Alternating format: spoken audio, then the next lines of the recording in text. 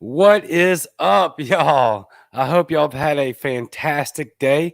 Welcome back to the Cajun Libertarian Live. Again, if you're new to the show, I am your host, the Cajun Libertarian, and I am super excited to have everybody here tonight. This is a very special um, weekend for me. I'm a veteran.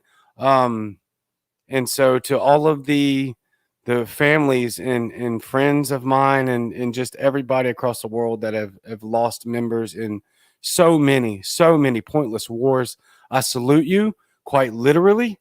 I love you very much. If you are struggling in any manner, please reach out to me. I love each and every one of y'all. I got to keep it short there because I will rant. I will rant about that, and maybe later, right? And so I salute you. I love you very much. Please reach out if you need us. We have a multitude of avenues of how we can help, and we love you very much. So, thank you for your service. Thank you for your um, support, and we appreciate you very much. And so, that being said, if you haven't joined the Libertarian Party Seafood Caucus, you must join that. We are at a little over 700 members strong, or we might be closing in on 800 members now. I'm not sure. Just a week old. Spike, my man, is a member of that caucus. Probably not officially, but he is in the group. So we'll call it that. Eskimo and I'll take creds for that. And so big news, right? Big news coming from Eskimo and I was going to call myself Cajun there. Rightfully so. It's kind of weird talking about it all the time, to be honest with you. My name is Noel, but yeah. And so Eskimo and I are joining with Spike and Matt on Muddied Waters Media. Very exciting new show coming up. Super excited about that. I'm trying to burn through these announcements, y'all, because this is going to be a great show. But it is very important to let everybody know that I set a goal for $400 to be able to pay for the rooms in Tunica, and in 3 freaking shows, we surpassed that. Thank you. Absolutely amazing. So anything y'all donate tonight will just go straight up to gas and money, and we're done with that fundraiser. That's absolutely incredible. Big, huge shout out to Sarah for that encouragement. Absolutely amazing. You can catch me on PayPal. You can donate there. You can donate in Clubhouse. I have the Stripe account. There's the PayPal account. Enough of that. We will be right in Clubhouse immediately following this to take all of y'all questions and just have a bunch of fun. So, as we always say, with that being said, let's bring him on. Spike, what's up? Hey, man. Thank you for having me on the show. And welcome to Muddied Waters Media, to the Muddy Waters family. I'm super excited to get you and Eskimo on there. That's going to be awesome. Thank you very much. Yeah, we are very excited. We were very, I'll say honestly, I was very surprised when y'all reached out. I think it's going to be incredible. Y'all are incredible. Muddied Waters is a standard setter and a trailblazer. I love it. Thank you very much. Hey, thank you, man. Listen, so Matt was on Clubhouse with you and Nulik, and he reached out to me, and I think he hadn't even come to you yet. He said, "What do you think about I don't think he knew your name was Noel at the time." He said, "What do you think about Cajun and Nulik having shows on Muddied Waters?" And I'm like, "Yes." I'm like, I don't even know the details or the format, but yeah. And so then he talked with you, and the following morning, I think he messaged me and was like, so yeah, they're going to have a show together on Sundays. And I'm like, yes. So I'm super excited. I can't wait to have you on. And I am a member of the Seafood Caucus. I don't know if I'm an official member now. And now you've raised that question. I don't know how one becomes an official member of the Seafood Caucus. I did eat smoked salmon earlier today. Just like that. So just like that. That's it. It's just like a hazing of eating fish. Then I've been a member for quite some time because I eat fish every single day. Well, good. Well, then I'm already a member. So yeah, thank you for having me on. Thanks for having me on your show, man. Man, thanks for coming on, dude. It's I know you're stupid busy, and we appreciate this movement as a whole appreciates what you're doing. I know I've said it a bunch of times. Like, I'm super proud to have you out there on Fox and just representing us in a way that we probably never been habitually represented. And so doing an awesome job, dude. Thank you very much. Thank you, man. I really enjoy it. It's a pleasure. It is what when I got the nomination to run as the vice presidential candidate, this was always what I had in mind. I was running for, we ran to win, as libertarians running for the White House, we know what that means, but we ran to win. We ran where if we were on a level playing field with Republicans and Democrats, we would have a shot of winning. And we ran the most robust campaign, I think, of either of any of of any of the top four of the Republicans, the Democrats, Libertarians, and Greens. Joe and I were out there more than anyone else was. We had a nearly 50-state bus tour during a pandemic. We were out there. We did everything that we could.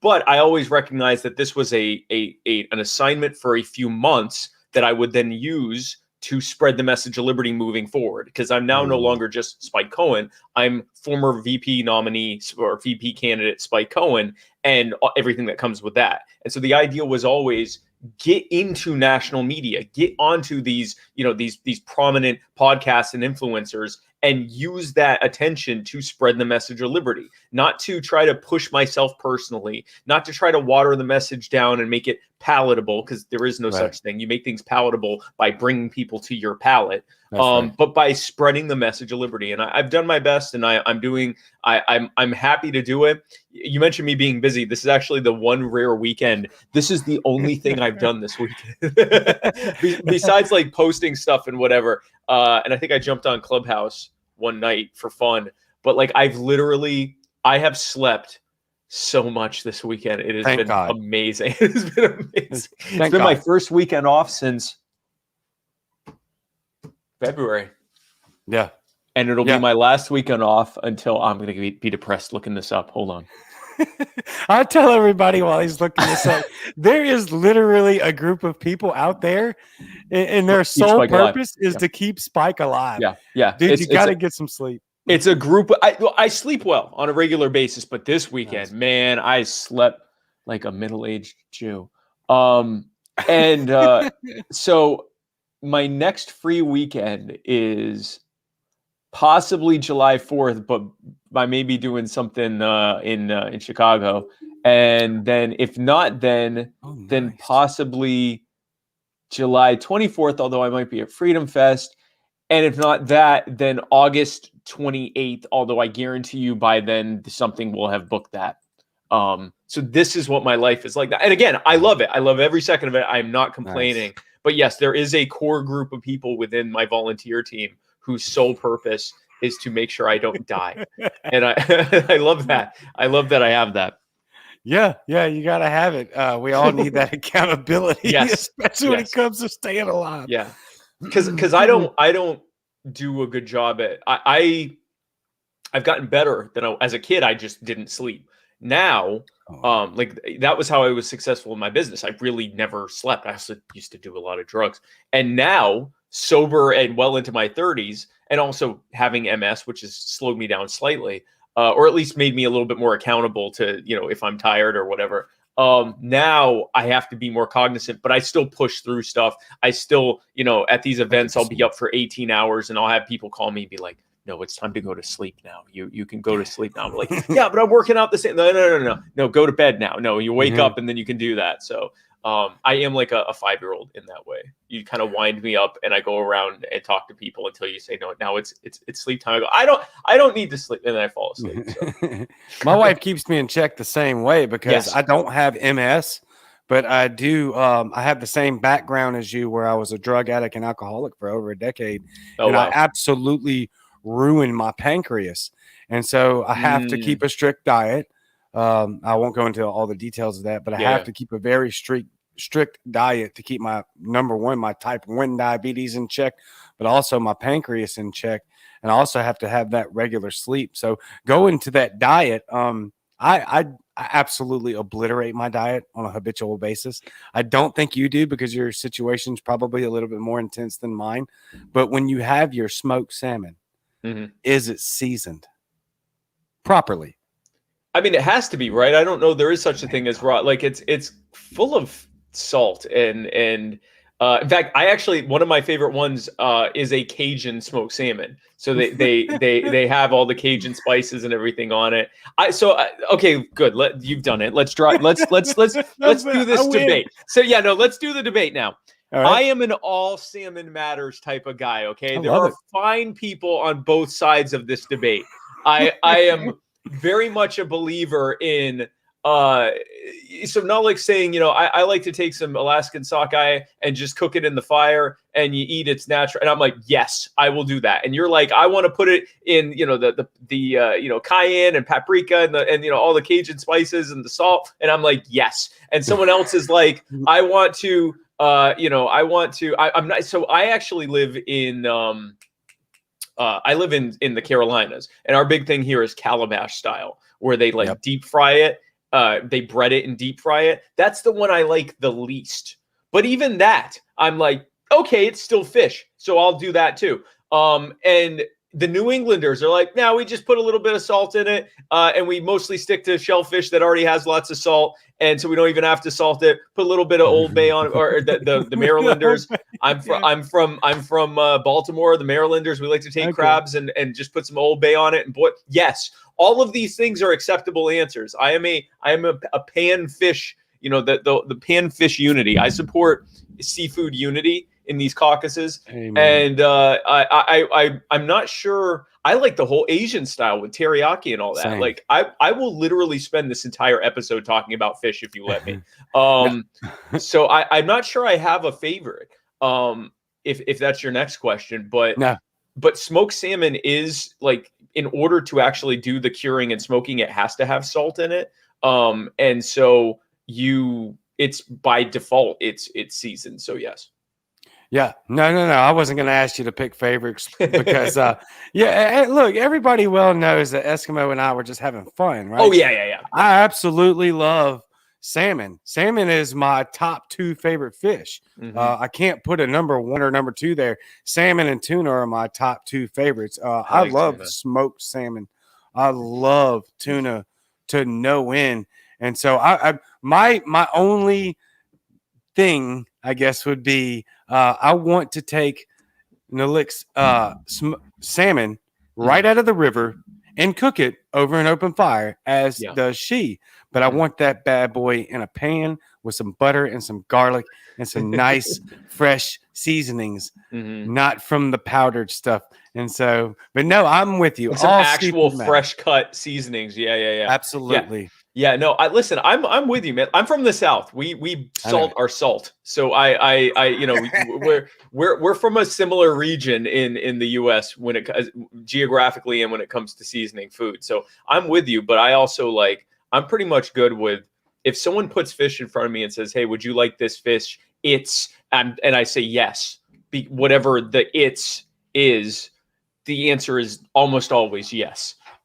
So yeah, no, I'm a fan of it. I love tuna too. I tend to stay away from tuna because I eat so much fish and it's kind of higher in mercury. And so I tend to stick to the fish that are low in mercury, like salmon, cod, halibut, what's another one? Mahi. Those are good ones. But no, I really like tuna.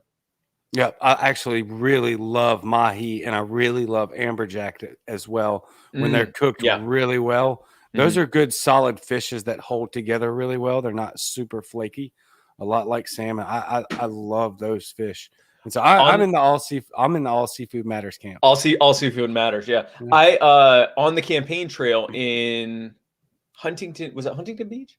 Huntington Beach, I think. Yes, it was Huntington Beach. We stopped at a place on the water and had yellowtail. I had no idea what it was. They just said it was a whitefish. It tastes like chicken. It's the exact, I have no idea if it's a tuna. It's not yellowfin, it's yellowtail.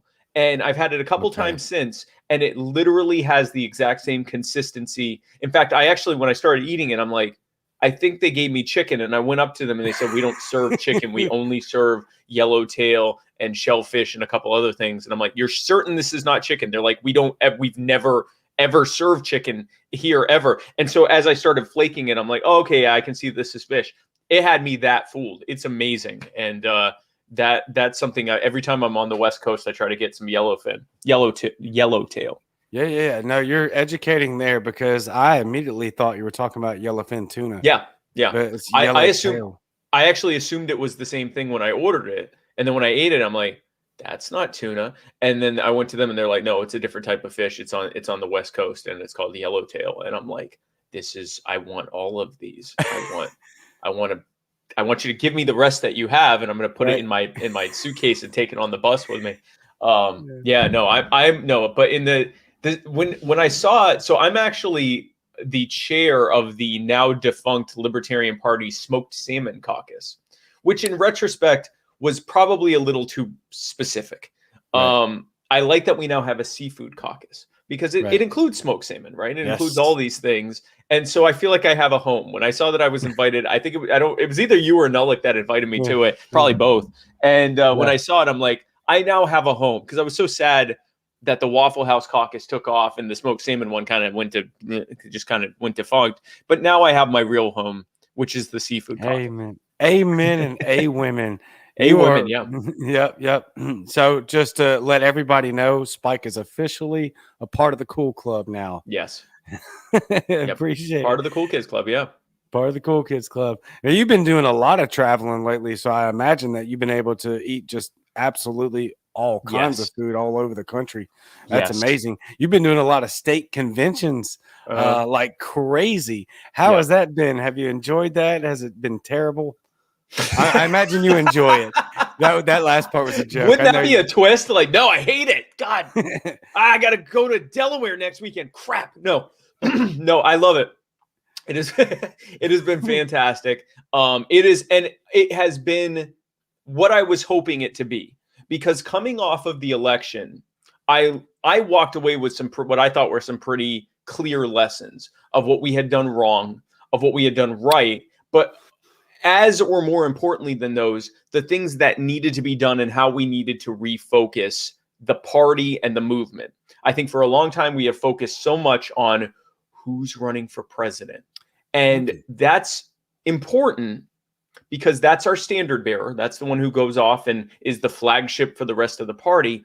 But when we know that their likelihood, at least for now, at our current size, is almost basically 0% chance of winning, when we put most of our time and resources into this race that we know we can't win, at least not yet, instead of focusing on the hundreds and thousands of races that are at the level that we can win right now and are winning right now, I think it's a monumental misuse and misdirection of focus and resources and time and effort.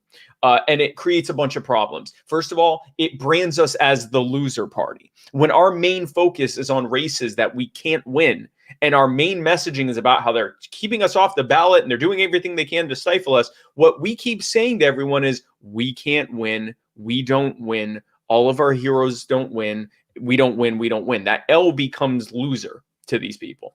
The other thing is it kind of tells us that too. It's like, well, listen, we're not about winning elections. We're not going to win the election. We're just telling people about liberty. And it's like, all right, well, I can do that without a political party.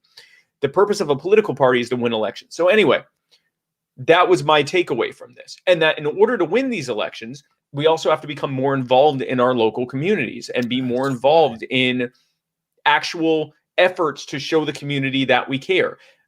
Being the best on issues is not enough, because that's not how most people think. Most people, they want to know you care. Then once they know that you care and that you have a grasp of what's going on and that you're willing to help, now they're willing to listen to how you think we got here, like how we got here, and then how we can fix it. But you can't put the cart before the horse. You have to start with the we care. So I go into these conventions going, I'm going to tell these people that we need to focus down ticket and we need to get involved in our communities, damn it. And if we don't do that, well, then we're never going to build the culture of winning. We need to be able to win. And then I go to these conventions, they're already ahead of me. Yeah. They're already going, yes, we agree. That's why we're running all these city council races and supervisor races and working to get people appointed to spots that, making currying favor with the people that are in office already to appoint them to positions that they can then use to build up enough credentials to then run for an elected position, and, doing community outreach efforts and all this stuff. And I'm like, oh, well, good. So now I'm basically showing up and talking about basically cheerleading what they're doing and leading by example in, creating events that I'm doing that other people can take part in, and really just kind of going with what people are doing. I'm leading by example, but they're already doing it largely. There've been a couple conventions I've gone into where I've had to kind of redirect the focus a little, but for the most part, I'm going into these conventions and they're like, yep, we're with you 100%. And now my words have preceded me, because it's been a couple months now. So I'm showing up and people are like, yeah, we heard what you said in Alabama, in Atlanta, in Oklahoma, in Alaska, wherever. And this is what we're doing towards that. So it's really exciting to see it, man. It's like I don't have children, but it's like if you had a baby and your baby was a bunch of people mostly in their 20s, 30s, and 40s that lived across the country. And you get to go up and well, I don't get to cradle them because a lot of them are bigger than me, but it's like having this baby of a movement that you've been one of the people saying like, here's what we need to do. And then you're watching them get up and walk and do the thing. So it's pretty exciting to do. I also like doing the outside of the convention stuff that we do. Like last weekend, I visited a homeless camp in Denver with a group called Helping Hands. That's it's actually a member of the Libertarian Party who's doing it, but it's her own venture that she's been doing to help homeless people in Denver.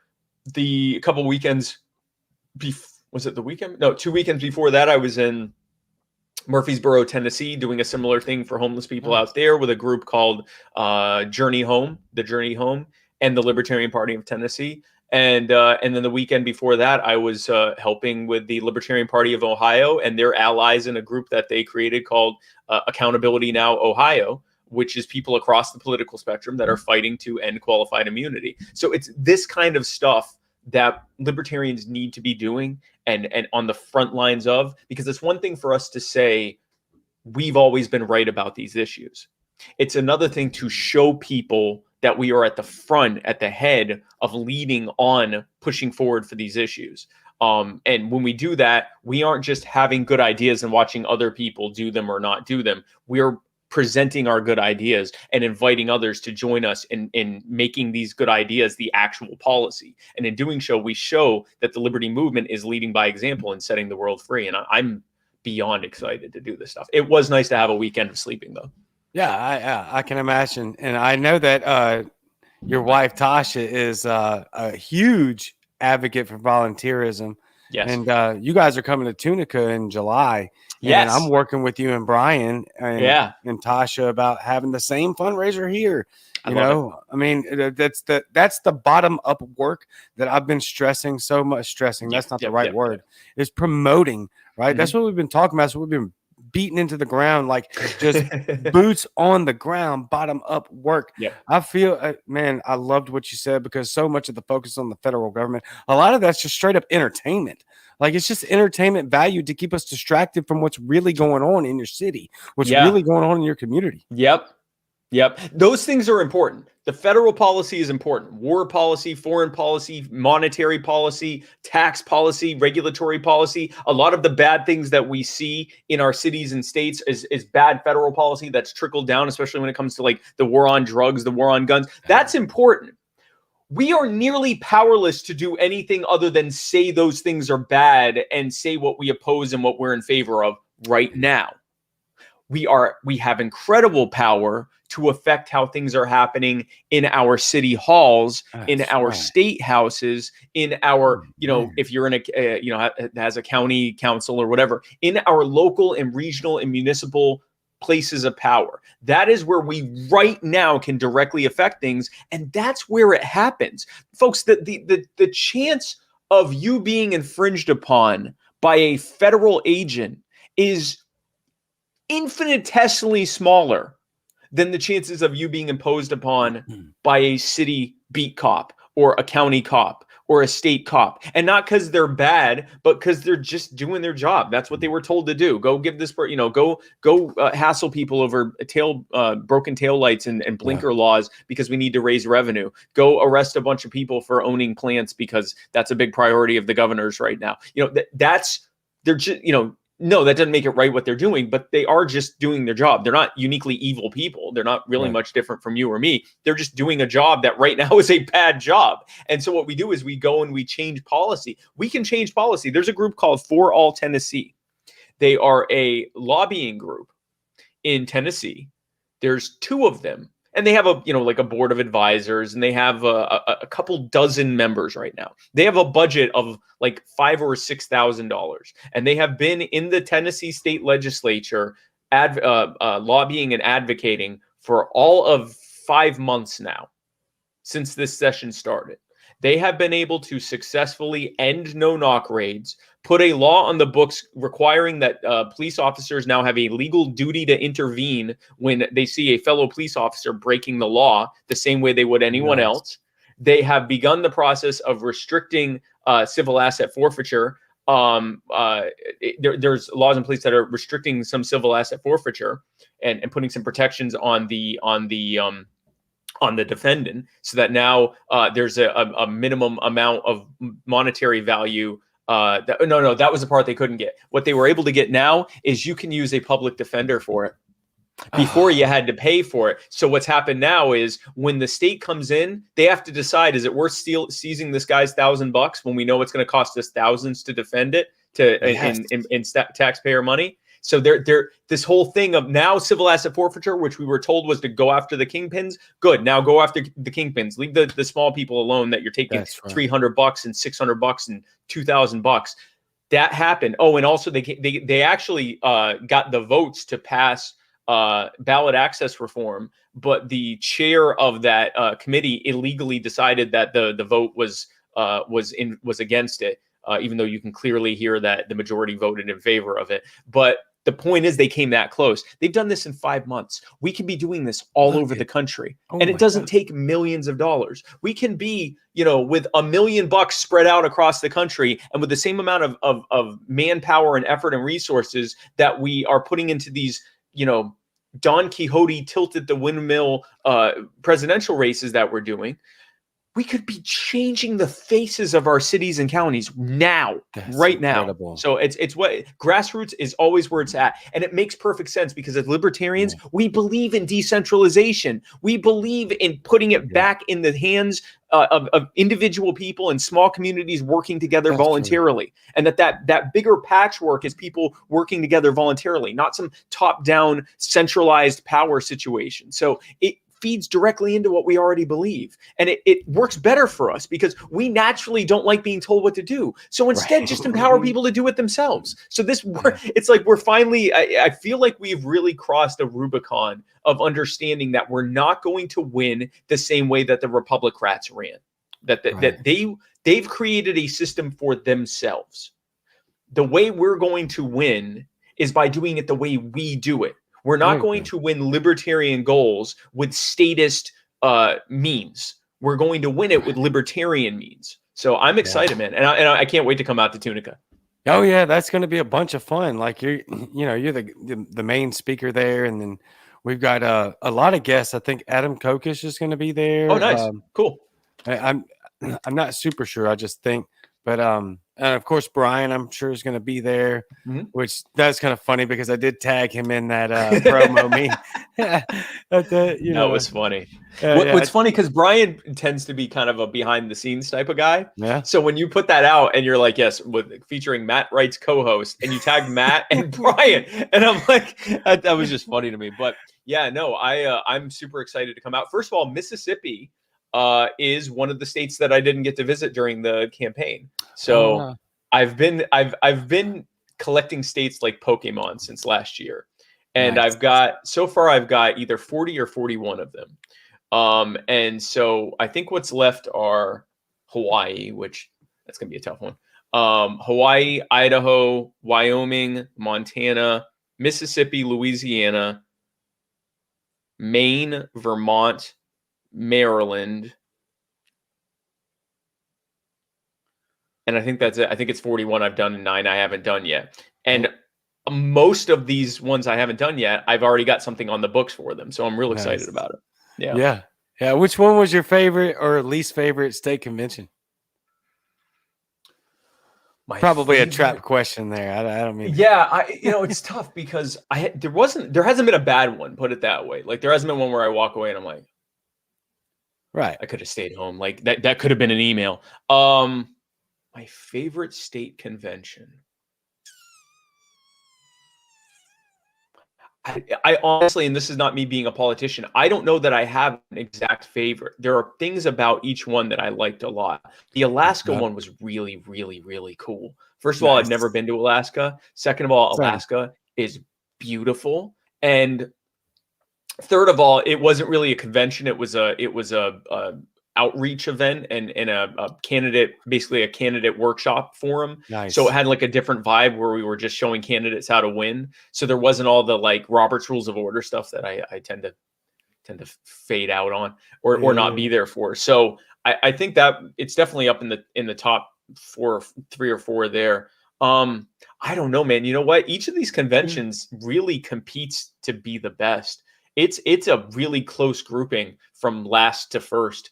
Nice. Wisconsin. I went to Wisconsin and it was amazing. They had an incredible event. I went to Oklahoma. I didn't know what to think with Oklahoma, and it was fantastic. That was an awesome event. California was amazing. That was the last one I just did. Yeah, no, Colorado was the last one I just did, and that one was amazing. That was a great one too. There, the 50th anniversary for the party. I don't. There, put it this way: there hasn't been a bad one, and there's not one that has stood so far above the rest that I go, oh, that was obviously the one. It's really a close grouping. These people are fighting to have incredibly successful, impactful, and fun events, and they've done a good job with it. Man, that's great. I love the fact that you brought up Cali. So yes, talk about those Cali name badges. I had to ask. So they came up with a fundraising idea, because I tell people when they invite me out, I'm like, listen, don't just have me come and give a speech. Get your money back, because they cover my airfare and my hotel and sometimes my food. Like I don't ask for money. Like they don't pay me, but they help cover my expenses. They keep me whole for the whole thing. But I tell them, I'm like, listen, if you're paying to have me come out, get your money back. Like have me sign stuff for auctions. Let me do some kind of breakout session that costs a little bit extra or something. Or come up with some kind of promotional thing just to get people that aren't even coming to take part. And so California's idea was to have a contest to name my to decide what my name badge would say. At the conventions, they give you the lanyard with your name badge on it, and they assumed that everyone knew I was Spike Cohen, so I wouldn't need it to say Spike Cohen. But what would it actually say? And they raised like over $2,000, mostly from out of state, from people. And the winner was it was scary for a second there. Tasha's husband was leading for a while, and then Rachel Nix's dad. Rachel Nix is someone that lives in California. That one did well. I think it was mostly her giving to that. And then there were some other ones like, can you something, so Nipple King or something like that. There were a couple like that, and I'm like, and then Hugh Janus, of course. And I'm like, I don't want these to win. So the one that ended up winning was Protector of All Unloved Dogs, which I was like, all right, I was good with that. So, and there were a lot of dogs at that convention, but they were all loved. So I became the protector of all loved and unloved dogs. But and it raised a bunch of money for the party. So I'm happy if having a little fun at my expense can, cover my costs for bringing me out there, then I'm happy to do it. No, I love it. It also shows that the Libertarian Party is, I would say, more, just experienced about being able to have fun and find innovative ways to create funds, because we don't have the same thing as the duopoly has. No. We need to be able to be innovative in our ways of raising money. I love the Hugh Janus one, by the way. I'm sorry. Yeah, Hugh Janus. Hugh Janus. Hugh Janus. It's like, now, thankfully, that one was in like 4th or 5th, so that was never really in danger of winning. But the fact that so many people voted for that one was very disconcerting. I was happy that Unloved Dogs won. Yeah, I was happy about that too. I'm glad they didn't get a hold of. I'm not sure, Matt. I might get in trouble with Matt here on this one, but I think your contact in his phone is LL Cool Ju, and so that sounds right. In regards to the mixtape, Yeah, Yes. my bad, Yeah. Matt.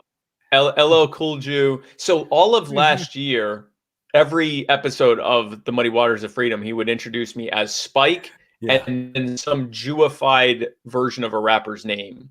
And LL Cool J was his favorite. I liked I love it. Jew Z. I didn't hear And that one. oh man, there were a few other ones. I'm blanking now. There were some really good ones, but Big Punim, which is Yiddish for face. There were a few of them. I can't remember any of them now. Fat Jew, Fat Joe. So yeah, no, the mixtape. So that's a special lesson in what happens when you say something on the internet and think that it's not going to be that big of a deal. On an episode of our show, they were joking about, oh yeah, you think Spike's vice presidential campaign was cool. Wait till you see his mixtape or something stupid. And I was like, well, I actually have a mixtape. And everyone's like, what? And I'm like, yeah, I used to, out of boredom, throughout the late 90s and early 2000s, I had this like sound recording software because I'm a huge nerd on my sound engineering software on my computer, and I would remix songs that I liked, rap songs that I liked, rap and some reggae and some R&B, and then I'd like mix them all together. And I'd spent the better part of like 5 or 6 years doing this. So I have like 48 tracks or 50 tracks or something like that. It's like 4 hours long. And I said, yeah, it's a mixtape. And people were like, where can we hear it? And I'm like, well, it's on my computer and my phone, but I actually uploaded it a long time ago somewhere. You're never going to find it. And when I say you're never going to find it, no one has found it yet. And the reason is because I uploaded it somewhere. I would have to go and unpack my email archive from my old computer to even find the link I sent to myself and see if it's still there. I do believe it's there because I did check a few years back and it was there. So I do think it's still there, and it's called Spike Cohen Mixtape. Like if you find it, you'll find it. It's not like, some weird, cryptic name for it or whatever. And I'm like, but you're never going to find it. Ha ha ha. And I didn't realize that would become this viral challenge to thousands of libertarians across the country to try to find my mixtape. And I inadvertently egged it on because I would see someone would post, well, I got to find Spike's mixtape. And then I would comment, you're never going to find my mixtape. Like, don't bother. Don't worry about it. You're not going to find it. They took this as a challenge. In retrospect, I fueled a flame for, this is the response, Eric. This is what happens. Everyone hears you're not going to find it. And they're like, I will never not find it. Like, I'm going to find it now. And I now, months later, I have people coming to me and going, I'm really angry at you. And I'm like, why? And they're like, because I haven't found it. I'm like, I specifically said that you would not find it. And the problem is, because people are now like, well, are you going to share it? Here's the problem, Noel, and everyone watching this and listening. Think about what 1990s and early 2000s hip hop was like. Like the content. Mix a lot. No, that would be like early mid 90s. So this is like Wu-Tang. I'm dating myself. Yeah. Wu-Tang. No, I was around then. I was around for a mix a lot. This was like Wu-Tang, Big Pun, Fat Joe, Cannabis, all the West Coast stuff, all the Snoop Dogg, Dog Pound, who else? Eminem, D12, the beginning of Kanye West, Jay-Z, Rockefeller, all of these people, and just think about what their music was like. And now consider the fact that I am the former VP candidate for the third largest political party in the United States. And if I release a mixtape that, for example, has the N-word in it probably 6,000 times. And like what am I, and in this age of cancel culture, I put this out and people go, Spike Cohen is releasing, terms, the N-word, and Dre's on. Yeah, I forgot about Dre. I had to put that on there. I forgot about Dre. Exactly. No, but Dre's on there too, so I don't know why I forgot. Well, I said Snoop Dogg and Dog Pound, and I mean I don't think he was part of Dog Pound. Anyway, Dre. And so I don't know if there's a good way to release this now, when you think about the kind of content that's on there, it's got the N word and the B word and, references to violence against women and minorities. And it's like, how, huh? So, and for me to go, it's okay, everyone, they're the ones saying it. I don't know if there's a good way to do that. One person suggested that I edit out all the like bad words, but instead of having it just burp, it would be like someone saying a good thing. So like anyone there's the N word, it would be a little clip of Mr. Rogers saying neighbor, and or like the B word or good person or something like that, and like so it become like a wholesome version of these songs. And I kind of might do that, but then I'd have to make the time to add little clips of nice words to 4 hours of gangster rap. So we'll see. I'm not against releasing it. If we can do it to help the movement, then that's great. But what I don't want to do is hurt the movement by doing that. So we'll see. We'll see what happens. Yeah, of course. And that would be it really exists. Here, I'll show you. It's a real thing. Where's my phone? Where's my phone? It's Jack Casey, our boss there. Yes.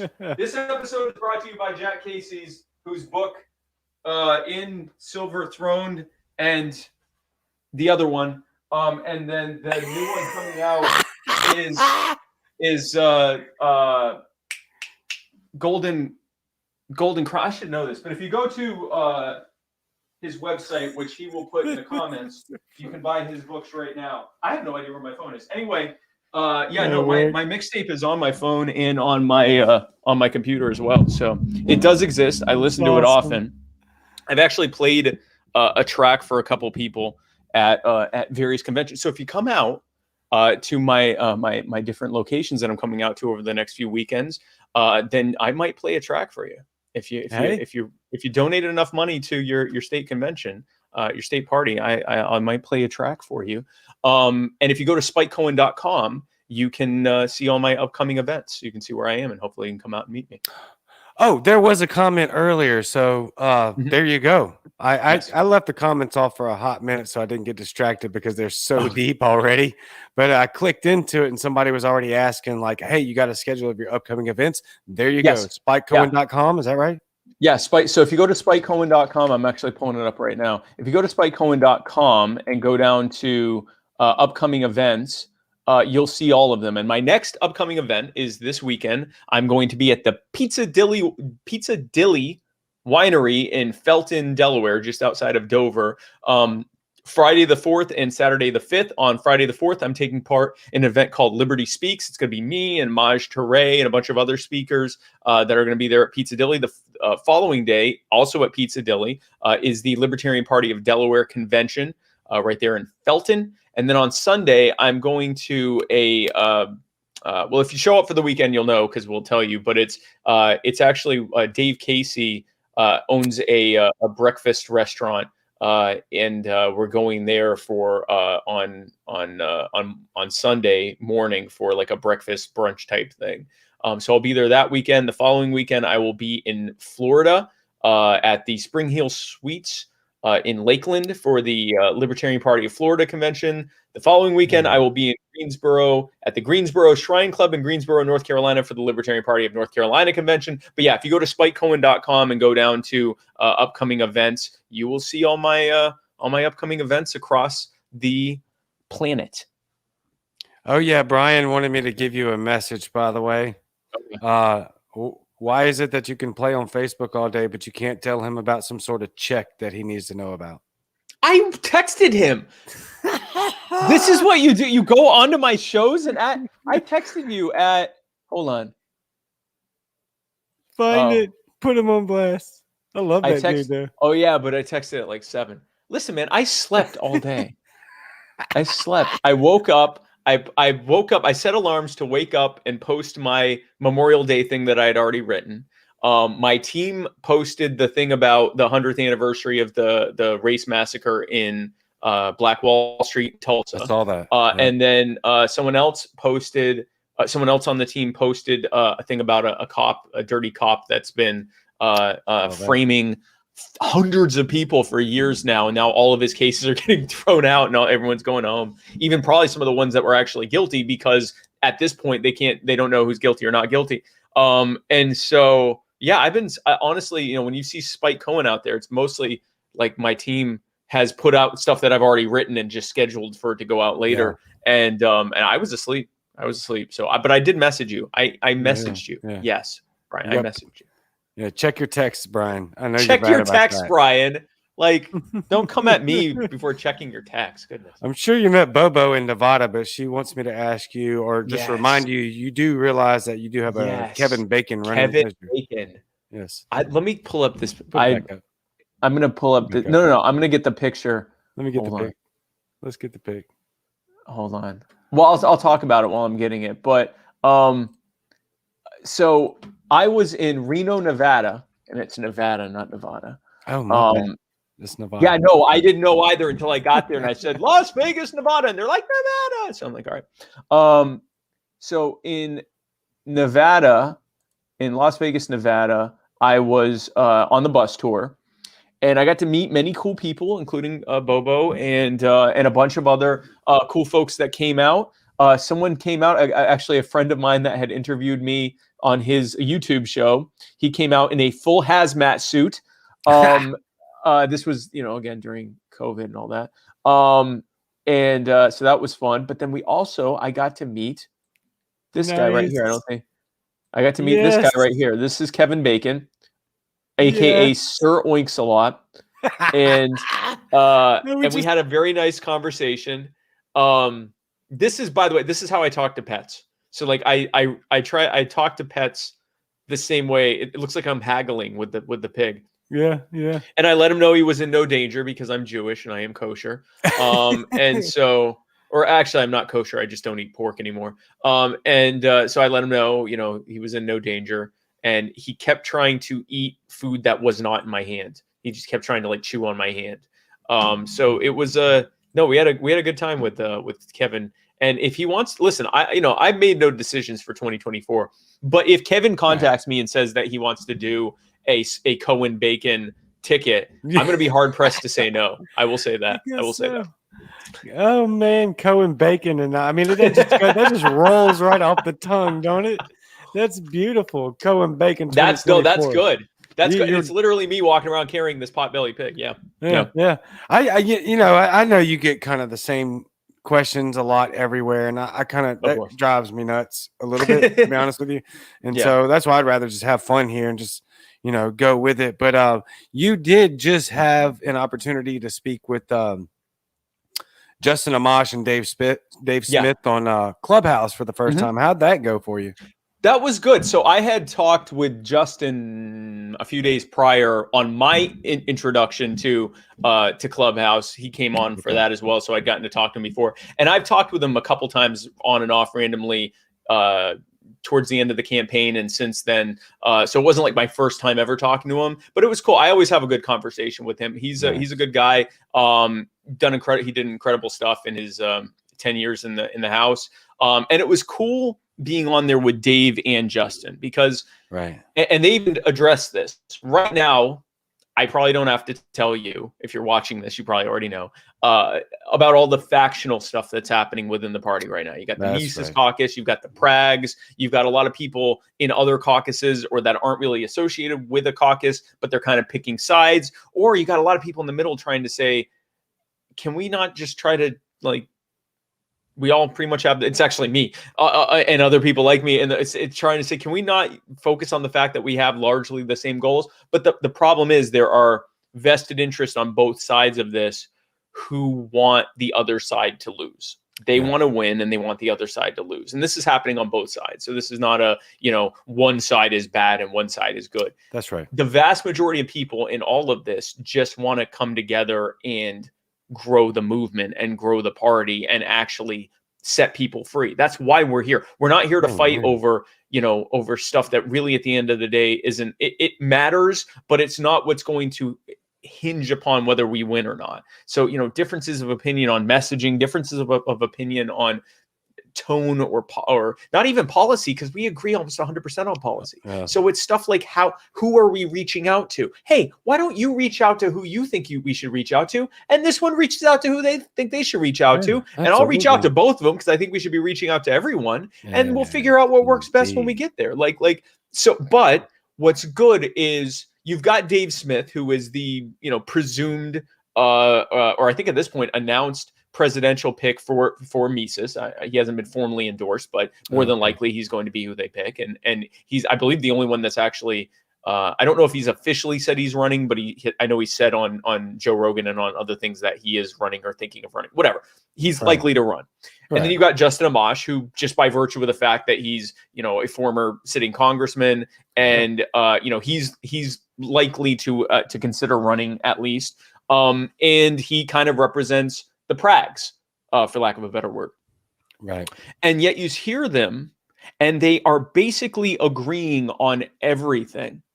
Even those minuscule things, even those kind of odds and ends thing. I think the closest thing that I saw to disagreement between them was on this whole thing about comparing the lockdowns and COVID vaccines, the vaccine passports, and all of the restrictions and impositions that have come from government because of COVID or in reaction to COVID, comparing it to the Holocaust. And Justin's thing was, nothing, you shouldn't be comparing things to the Holocaust. It's just not a good idea. You shouldn't be doing it. There was the Holocaust, and that was a rounding up of millions of people and killing them wholesale. You shouldn't be comparing it. Dave's thing was, it's a bad comparison. I think we should be focusing more on the actual infringement than on the bad comparison. And I actually agree with both of those, and those aren't mutually exclusive. So yes, there is no comparing these things to the Holocaust. Like I actually tweeted this yesterday and posted it yesterday, and I had a lot of people who thought I was saying that they're comparable, and I'm like, no, they're not remotely comparable. No one is being rounded up and murdered and massacred en masse. And when you compare it to that, you alienate a lot of people who think that you're downplaying the Holocaust. They don't realize that you're actually upplaying what's happening now. They think you're downplaying the Holocaust. It's not anti-Semitic. People are saying it's not anti-Semitic. It is just not good messaging, and it's in my opinion, it's tone deaf, and it's a good way to alienate people. But I also think that we should be focused more on people having their lives ruined right now. That, to me, matters more than someone making an awkward, clumsy, tin-eared, bad comparison of one, government infringement on someone's rights to a much worse infringement on people's rights and lives. So I'm kind of agreeing with both of them. But even on that thing, they both largely agreed. Just one was more focused on, we shouldn't be comparing it to the Holocaust. That's really, really, really bad. And the other one was focusing more on, I'm more upset about what government's doing. But they both agreed that you shouldn't compare it to that, and it's worse what the government's doing than the bad comparison. So even on that, which again, who the fuck, who cares? I'm sorry, I cussed. No, you're fine. Who gosh darn cares? Like at the end of the day, that's not going to hinge on whether the movement moves forward or not. But even on that relatively trivial thing or less important thing, they largely agreed. So I was very happy, because we are going to grow as a movement and as a party by recognizing that if you walk up to who you think your ideological opponent is in this movement, and you sit down and you write out your respective positions on different subjects, you're going to find you agree with them 90+% of the time. And it doesn't mean those things you disagree on aren't important. It just means that you need to put them in perspective. That if you agree on almost everything, you might even find you agree on everything. You actually might find you agree way more than you even thought you did. You might think it's like 80, 85. It's probably more like 95. Yeah. That 5% or 1% or 10% or whatever it is, that's important. But it's more important to recognize that we already have a lot of enemies. We don't need to make new ones. Yeah. We are our allies. If we are in this movement together, we are allies in this movement. We don't even have to like each other, but we have to recognize that we are fellow travelers and allies in this movement. And so to have Dave Smith and Justin Amash and me and other prominent people in the movement focusing on that movement of you don't have to agree all the time. You don't even have to like each other. You can dislike each other. That's fine. But recognize that we're all on the same path. You don't even have to associate with each other, but we're on the same path. And we need to focus our fire on the people who are actually infringing on our lives and rights, sending people off to war, sending people to cages, sending people to camps, putting, undue criminal records on people, ruining people's lives with burdensome taxes and regulations and monetary policy, driving the cost of living up with terrible healthcare and education and food and infrastructure and energy policy. These are our enemies. These are the people that we need to focus our fire on, not someone who, thinks it might be a good idea or a bad idea to compare this to this. Like that need not be where our focus is. And I'm happy to see that that's, the people who want to argue with each other all day long, to make them watch one of the head or one of the top standard bearers of the Mises caucus and one of the top standard bearers of the Prags agreeing 100% was a good thing. And having me there agreeing with them too, that was a good thing. Yeah. Hard agree for sure. And something that I've been trying to kind of tell people lately is that I honestly believe, and look, hey, correct me if I'm wrong here, but I honestly believe that a lot of this vitriol or fake vitriol or whatever you want to call it was started more amongst the followers than there actually ever was amongst y'all or between Justin and Dave. I just think that we start a lot of this nonsense and it doesn't really exist. Yeah, no, a lot of it is just social media posturing where I watch this at the conventions.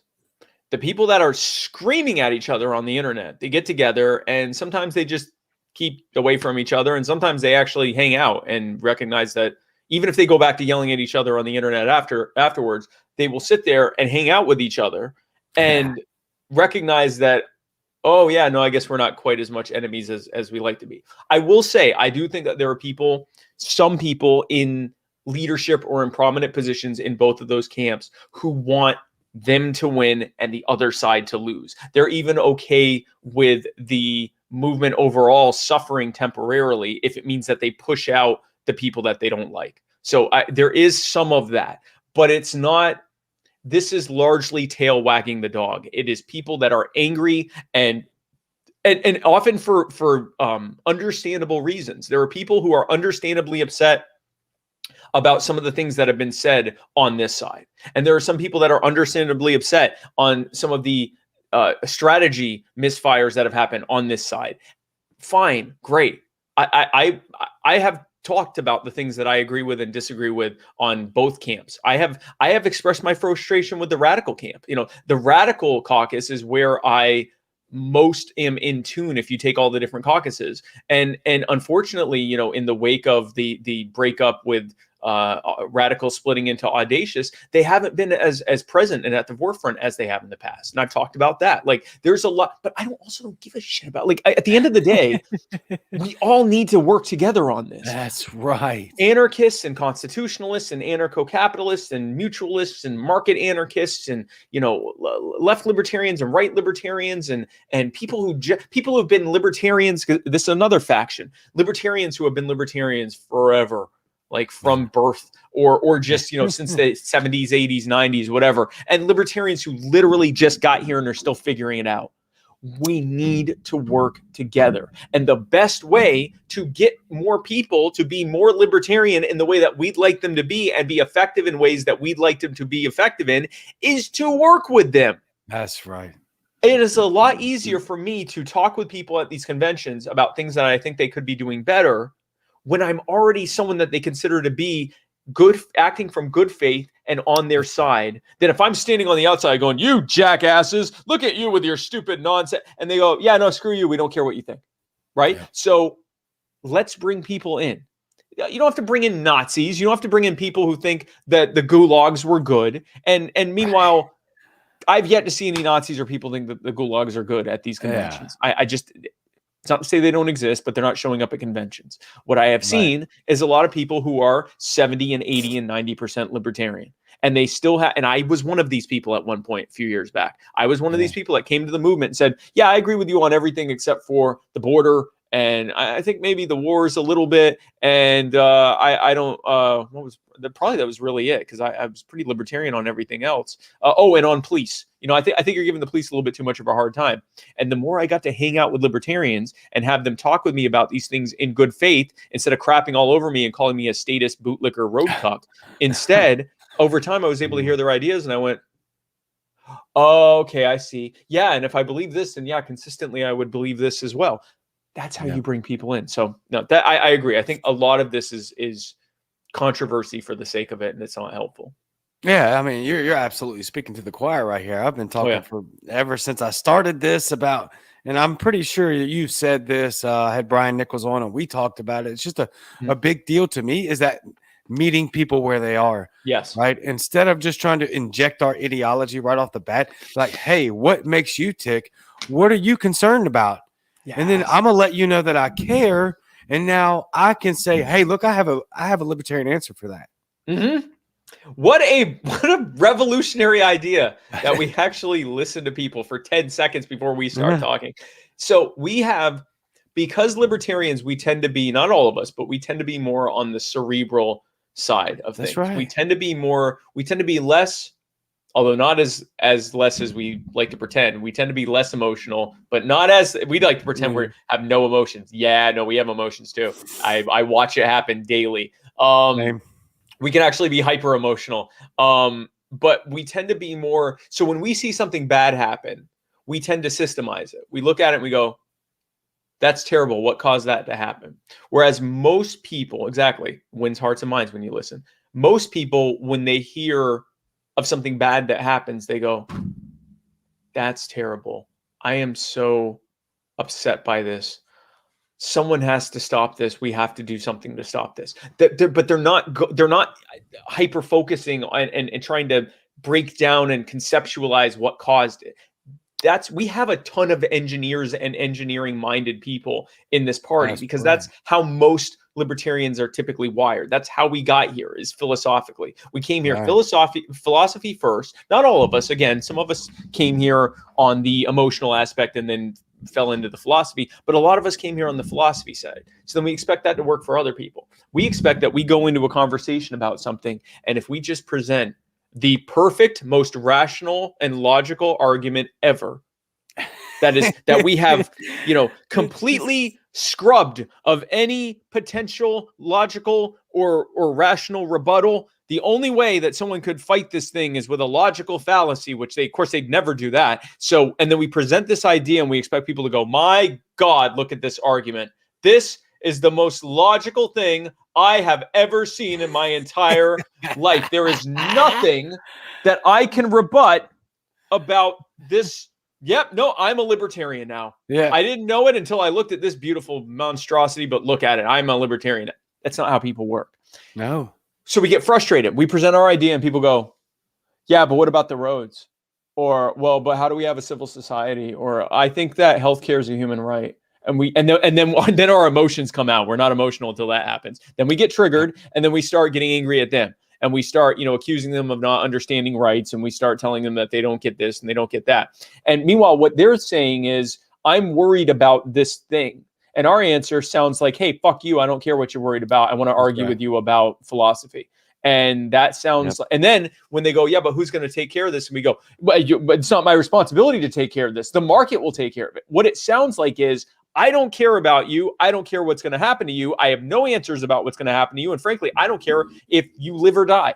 I want you to be neglected. That's what it sounds like, especially when we go, all I owe you is to leave you alone. That sounds like neglect, right? That's not what we mean, but that's what it sounds like. So if we walk into a conversation about healthcare and listen to them, and what do we hear? We hear them say things like, I don't want to end up in a hospital and be more worried about what it's going to do to us financially for the next decade than I am about the actual reason I'm in there.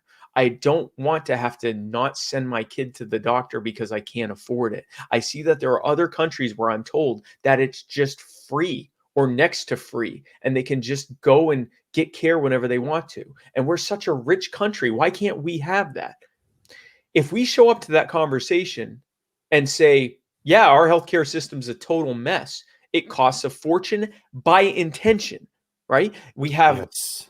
politicians making money Yes. for billionaire cronies and their trillion-dollar corporations, and they're making it increasingly unaffordable for us to be able to get the basic care that we need. It's getting harder and harder for the average American to do any of these things, not just with healthcare, but education and everything else. But let's That's focus right. on healthcare. You know, we have one of the lines that I love using, especially with the left, and it leaves them like this is, you know, you have Republicans and Democrats that are arguing over who should be paying this large and exponentially growing, this skyrocketing bill for healthcare. Should it be the taxpayer? Should it be the patient? Should it be some mix between those two? Why are neither of them talking about why the bill's so damn high to begin with? Right. Uh-oh. You can have that conversation with people, and then you can start explaining certificate of need laws and cost plus Yes, regulations indeed. and you know, the taxes on insurance and patent protections for big pharma and bans on importing generic drugs that are made the exact same way as the ones that are here, allowing drug companies to make minuscule changes to the formularies and keep selling the same damn drug over and over again. The in dealing that's being allowed through these voucher systems between the insurance companies and the pharmaceutical companies, that's buried in red tape so you don't even see it there. The fact that the red tape bureaucracy from insurance has led to doctors not even being able to tell you. There's a federal law that says federal order that doctors have to tell you, providers have to tell you what the cost of services are. They're all not obeying them because they don't know. There is no way to know. The only way they can tell you is letting it go through this Byzantine, you know, red tape process with the insurance companies. Unless you're paying out of pocket, they can tell you what it is, and it's fucking expensive, right? Real bad. You can have those conversations with people and explain how no matter which way we go, you know, government pay, you know, taxpayer funded, patient funded, if we just get rid of these regulations and these burdens and barriers on the market, that the cost of healthcare goes down no matter which way you go with it. And you can actually get them on your side for healthcare reforms we can push for now at the state and federal level, sometimes at the local level as well when it comes to certificate of need laws. But you start by listening to them and demonstrating that you heard what they said and that you actually care about it too. You have to be, first, you have to show that you care. There's this old phrase, no one knows what you care until no one cares what you know until they know that you care. Show them you care first. Empathy first.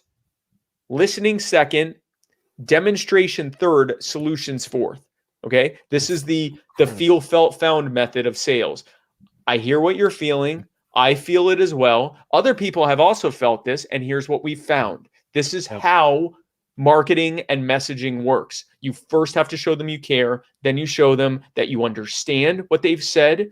Then you show them that you understand what the problem is. Then you show them what the solution is. We can take people, and then you don't have to fall for the idea that we need to water down the message. That's bullshit. Watering down the message turns people off. People want bold. Absolutely. They want a drastic change. Look at who they've been voting for. Barack Obama was supposed to be this bold, radical departure, not just in being a black man, but in every single policy and everything that he put forward. He was going to end wars. He was going to end the division in this country. He literally said he was going to heal the climate and make the shores recede. Like he made these huge, ridiculous promises, and people voted for it because he sounded the boldest. Then Donald Trump shows up and goes, all these clowns have been feeding off you for years. I'm a mega billionaire. I know how their system works. I'm going to beat it from the inside. And people voted for that. And then Joe Biden shows up and says, I have no idea who I am.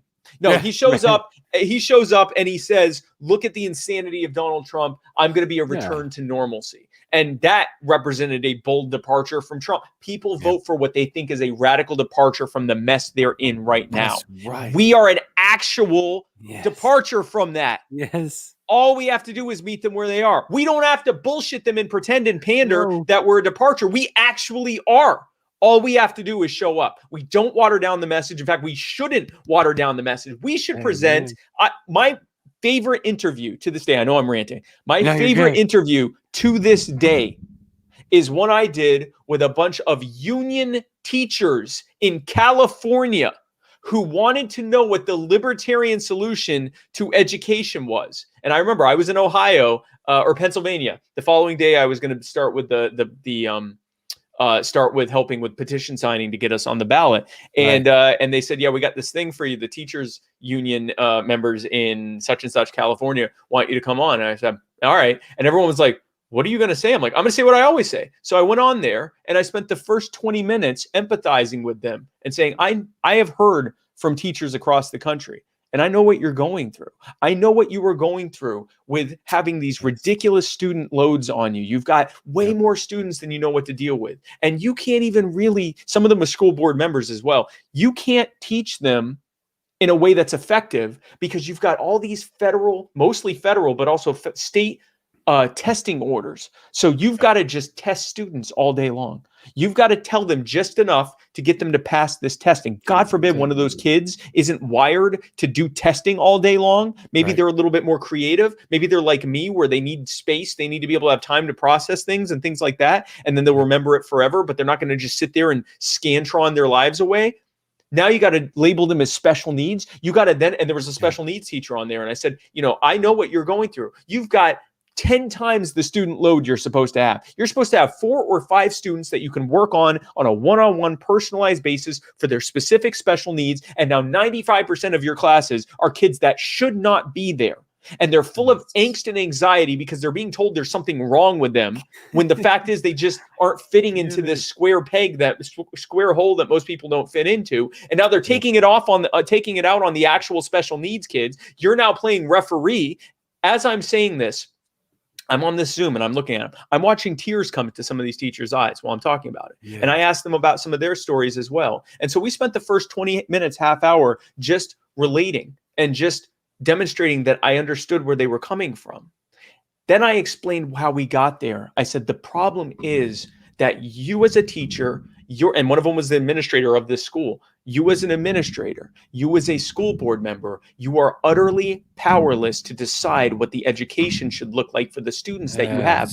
The parents are utterly powerless to decide what it looks like. And so you and them end up having a proxy war that's really being fought between it's actually not even a war that's being fought. You're fighting a proxy war while teachers' unions, while the state and federal governments, and while all of these crony businesses that have fed this cottage industry of this education to prison pipeline industrial complex we have now are making huge bank. You're making just enough to get by. The parents are heavily frustrated and angry. You have way more on your plate than you know what to do with. You're not even able to really educate the kids, and the kids are being completely left behind. And the answer to that is to get the federal government out of it. They have spent $3 trillion over the last 49 years. Or 41 years, whatever it is, 41 years, I think, 42, whatever, 40 some odd years. They've spent $3 trillion, and we went from being number 1 in education to number 20 something. It has failed. They are spending money to make it worse. We need to take it out of the hands of the federal government and out of the state government and put it back in the hands of your school, your teachers, your parents, your school district, with all of that money back that they've been taking from you, back in your community to decide how your school should run with no outside interference. These people were crying tears of joy, saying, I want to know what party you're from. How do I become a part of this? How can we help? Okay. This was inside of an hour and a half conversation. Now, keep in mind, I didn't tell them, I just think the federal government, we should have school choice and that they should be putting the money, which, by the way, I'm not against this, but school choice is Medicare for all for education as opposed to VA for education, which is what we have now. It is not the libertarian solution. The libertarian solution is free market education, not Medicare for all education. But anyway, I didn't sell them on some half measure. I sold them on dismantling the whole fucking system. I didn't rule out total privatization of healthcare or education. Right. I left that part kind of open. Either you just have hyper local government education, or you've got privatized it. I left that as a question mark for them to fill out. Yeah. And they were, not only were they okay with it, not only were they not scared of it, they were excited about it, because I showed them that I wasn't just pandering, that I actually cared about them and understood where they were coming from. That's right. And then from there, I'm able to connect the dots to this is how we got here. And this is how we fix it. We can do this on everything. We can do this in Absolutely. our city councils and county councils with council people in those councils. They don't know what that, they're not, king makers. These aren't, crony politicians. Some of them are, but most of them are just people that are trying to figure it out as they go along. And if you show up with the best ideas and show that you actually care about them and what they're trying to do, they'll probably join you. Kalish Morrow has converted 2 of her city council people to the Libertarian Party inside of a year. Indeed. Okay? This happens when we meet people where they are. They are not our enemies. It is not us versus the statists. Yep. It is the people versus a very small handful of incredibly powerful, incredibly apathetic, incredibly psychopathic or sociopathic people who have no concerns about anyone around them. But the beauty of it is they're a small little blip number of people. And the moment that we start connecting with people in our communities, we take all of their power away, because their power comes from the presumption that theirs is the only way that things should go. And when we stop fighting with people and we meet them where they are and we bring them in, before we know it, we'll have such a snowball effect on this movement that nothing will be able to stop us. That's outstanding. I love that so much. You are speaking my language right now, Spike. Like, I'm telling you, that's incredible, because something that I know we're way over time here. I just want to point this little bit out real quick, because I'm trying to steal from you real fast. This has been an absolute seminar in messaging. And so something that we have an issue with is we want to look at that and say, we have this perfectly logical this debate. Here it is mapped out like you talk about. There's no way you can argue against that. Yep. But that thinking is self-projection, because we're so philosophically not everybody is this philosophically natured. Yep. It's 2021. People are tied to emotions more than they are your logic. We're logical. They're emotional in dealing with the everyday stress of life and what they're having to go through. Compassion and empathy are the vehicles needed to drive the unity in order to fight the state. I can't believe I got that out, because I'm also ranting right now. And so we're stupid over time, but oh my God, I love every second of it. But go ahead. I want to add one thing to this. Every person processes information with a combination of intellect, emotion, and intuition. And it's different from person to person. It's also different from subject to subject, moment to moment. It's not some static thing. You might be hyper intellectual on one day. Another day, when you're having a rough day, you might be much more emotional. Another day, you might be much more intuitional or intuitive. And it also depends on the subject. There are some subjects that are just going to hit you. They're going to trigger you. You're going to be way more emotional. There's some subjects, top down, left, right, and center. And so you're going to be much more intellectual about it. There are other ones that you just have a kind of a gut feeling about. You're going to be more intuition. So it's not some static thing. Libertarians tend to process things with a little more emotion than most people, a little less or a little more intellect than most people, a little less emotion, not as much less as we like to pretend, but a little bit less in emotion and a lot less intuition. Okay. Yes. We will walk into a conversation often, and I include myself in this, right? I'm not beating up other people. We will often sometimes walk into a conversation where someone is going, I don't know how I'm going to be able to afford healthcare for my poor son, aunt, mother, myself, whatever. Things are so expensive. The cost of living is so expensive. The cost of healthcare is getting ridiculous. I agree with Bernie Sanders. I think healthcare is a human right. We need to be able to get this stuff. Why can't we have, free healthcare like other countries? What did we hear? Did we hear I'm scared? Did we hear I need a solution to this? Did we hear the cost of healthcare? I wish someone would present me with a solution to fixing that. No, what we heard is healthcare is a human right, and healthcare should be free like in other countries, right? So because we have no intuition or very little intuition on understanding where we should be meeting these people, and instead we get emotionally reactive to what we know to be bullshit, we then go and argue with them and make sure that we create a new enemy. And when we change that, when instead we reflect on how is this person responding? If you walk into a conversation and people are having this very deep philosophical conversation about, great, drop self-ownership and personal autonomy and all that stuff on it. Drop them on. It'll probably hit them really good, because we have the best ideas for that, right?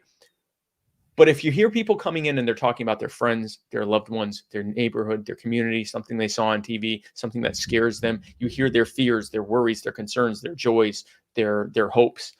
Talk to that. Yeah. Because that's what they're telling you. If I come to you and say, hi, my name is Spike, and I'm worried about this, and you say, hi, Spike, I want you to know that taxation is theft, you have failed to have a real conversation with me. Unless I told you I was worried about taxation, then that is going to not land. It's not to say that you shouldn't say taxation is theft. Say it when it matters. Yes. If I come to you and say, I'm worried about this, and then you say, hey, Spike, that's concerning to me too. And here's what I think about that. Now we can have a real conversation. So anyway, that's what I think about that. No.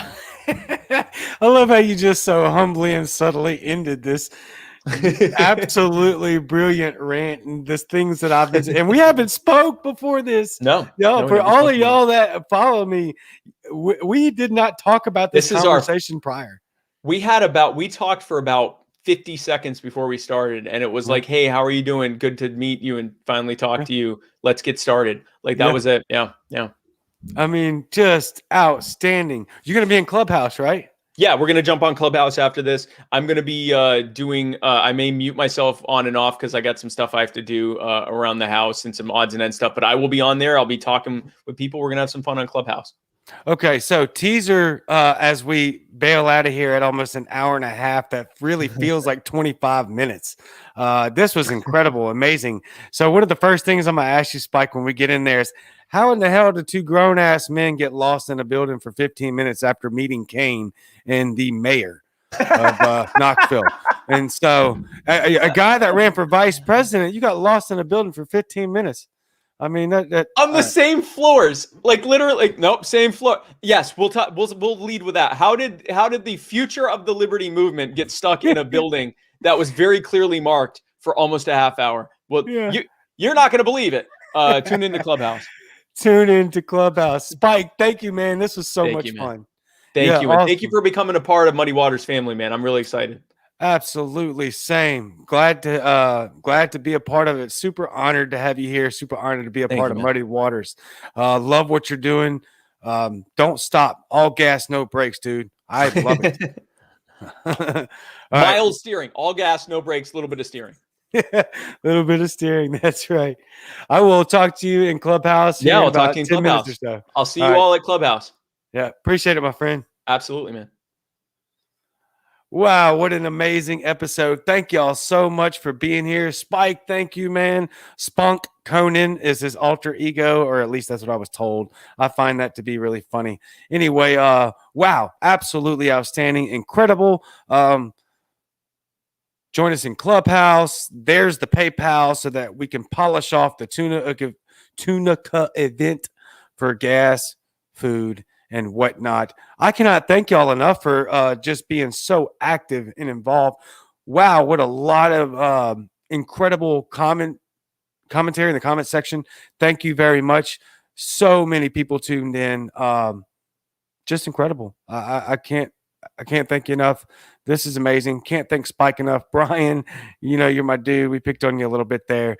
Love that guy. Matt Wright, Muddy Waters Media, Nalik, Trupp, Eskimo Libertarian, my wife. Wow. I mean, my number one teammate, my wife. Anyway, headed over to Clubhouse. Thank y'all very much. We'll be right back here Wednesday. Same Cajun time, same Cajun channel. I love y'all very much. You know it. I'm out.